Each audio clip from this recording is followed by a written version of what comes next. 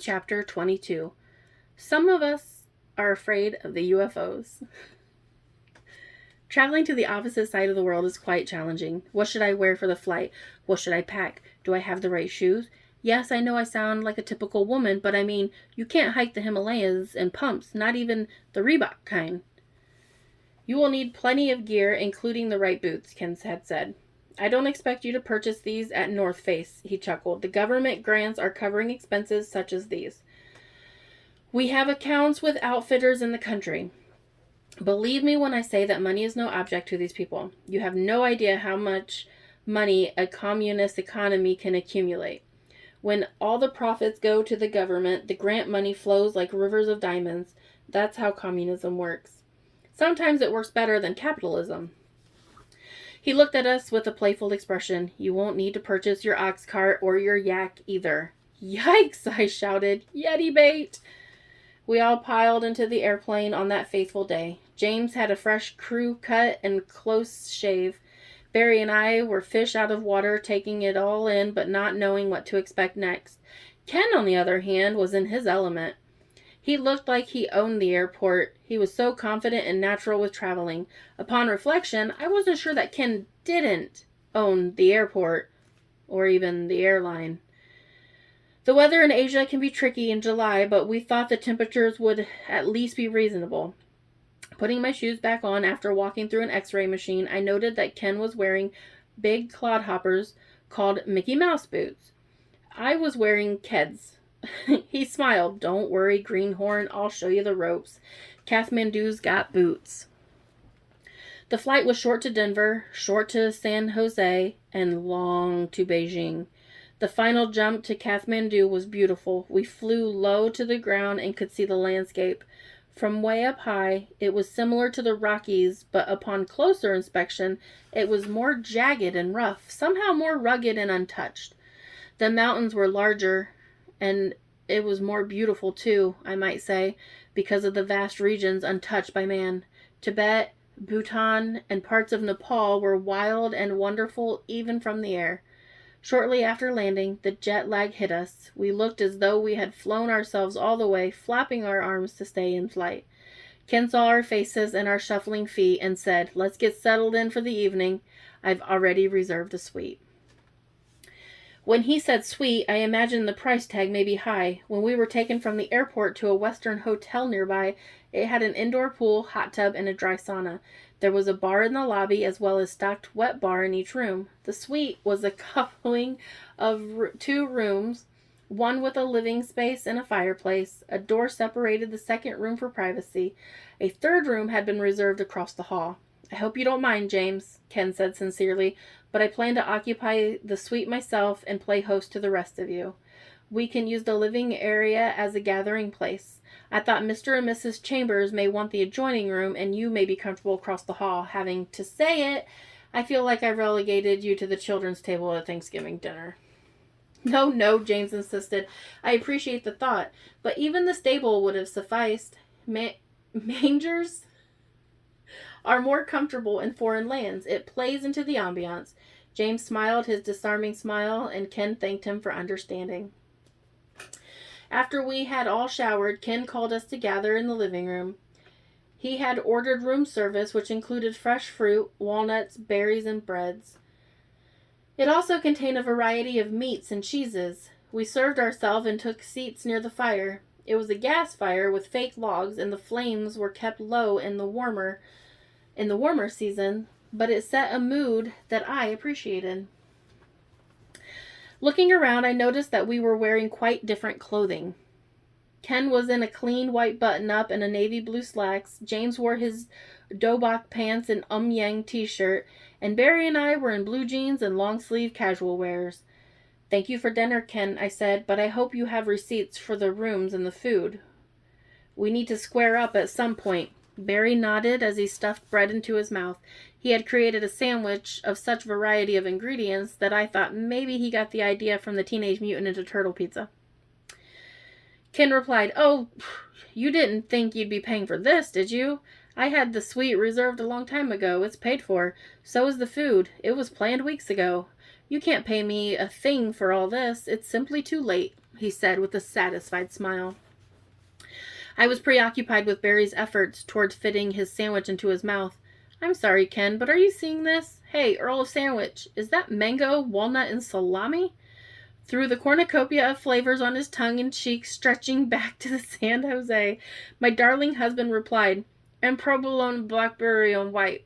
He smiled, and food squeezed through his teeth and fell over his lips. He laughed and tried to keep it all in. Ich will go. Let me translate, I offered. It's really good.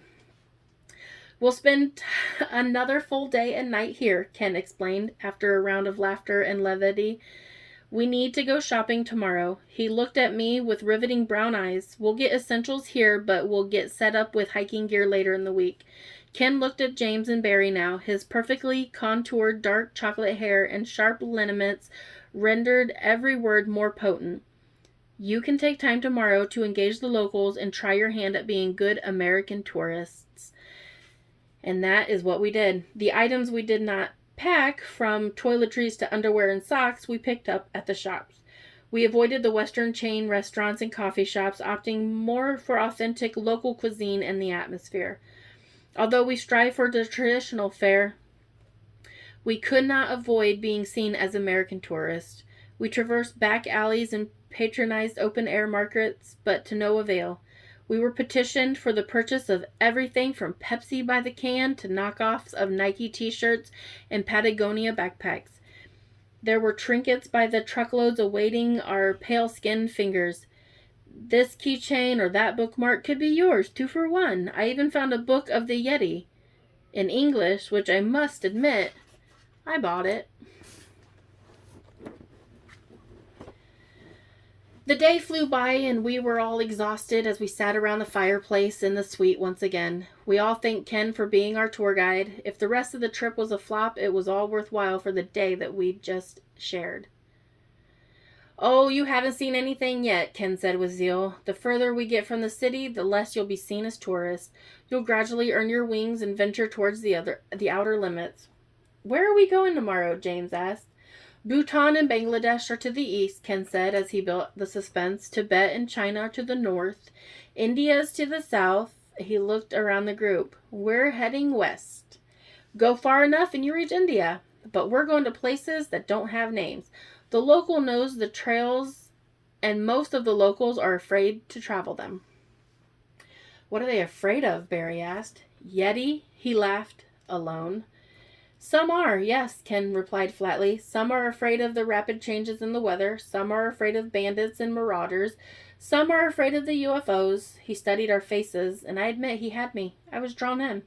Most are afraid of the sheer magnitude of it all. It's too big. People are too small, too vulnerable. Man was not meant to inhabit these lands. Not on the surface, anyways, Barry suggested. This got Ken's attention. That's right, Barry. The caves are between 52 and 55 degrees Fahrenheit all year round. They have underground rivers with fresh water. There are relatively new animals to contend with underground. Ken looked at me with a comic book expression. And most likely, no Yetis. We have to leave very early in the morning in order to reach the base camp. We'll be going to the village to get gear and weather reports, and hopefully a 4x4 to take us to the camp. All tomorrow. We'll sleep well at camp, even on the bunks. Our group turned in for the night, knowing we'd be up early to spend a very full day on the road. I lied awake in the fluffy white bedding next to Barry, nestling in and appreciating him. My mind was alive with images of what we might see. I asked if he was excited about the journey. Yes, of course I'm excited, he said. This is the best trip I've ever taken. Granted, the golf was probably better in Manila. We both laughed and lightly settled deeper into the bedclothes. Do you think we'll see anything exotic? I asked. Like flora and fauna, he countered, trying to clarify my question. Or like UFOs. Either one, I said, realizing he had mentioned 3 options and not 2. Well, the terrain is rough and the vegetation is varied. I understand there are rhododendron patches in the valley, but great arid mesas in the highlands that can hardly sustain life. I've even heard of sand dunes in the Himalayas. The landscape is supposed to be breathtaking, but the flora and fauna are limited. It's desolate. Right, but there are predatory cats, aren't there? I've heard there are snow leopards, in fact. It's going to be more than yak pastures and prayer flags, that's for sure, I said, as my heavy eyes closed for the last time. I can't wait to see a herd of yaks, I continued, half asleep. Of course I've heard of yaks, Barry said. No, a yak herd. I just got that. No, a yak herd, I said quietly as my breathing slowed. I don't care what a yak herd, Barry said. I have no secrets from a yak. Soon we were both sound asleep, and contented smiles adorned our faces. Morning came early in Kathmandu. Even before the vendors were ready to hit us up for our American money, we were on the streets with our bags in our hand. Ken had chartered a truck to take us to a village that he called Yaktown. We all climbed into the back of the 4x2 that needed axle grease. Barry and I were wearing our blue jeans, but James and Ken had donned something akin to combat fatigues.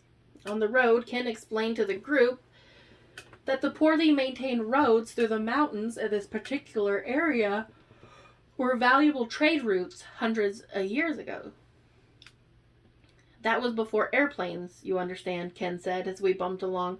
We're talking about Alexander the Great and Genghis Khan here, not Eisenhower or Rommel. They were traveling through with huge armies, taking what they wanted, setting up trading posts, and they were loyal to only them. It was extortion. Protection, money. You see, these guys, they were the original mafia.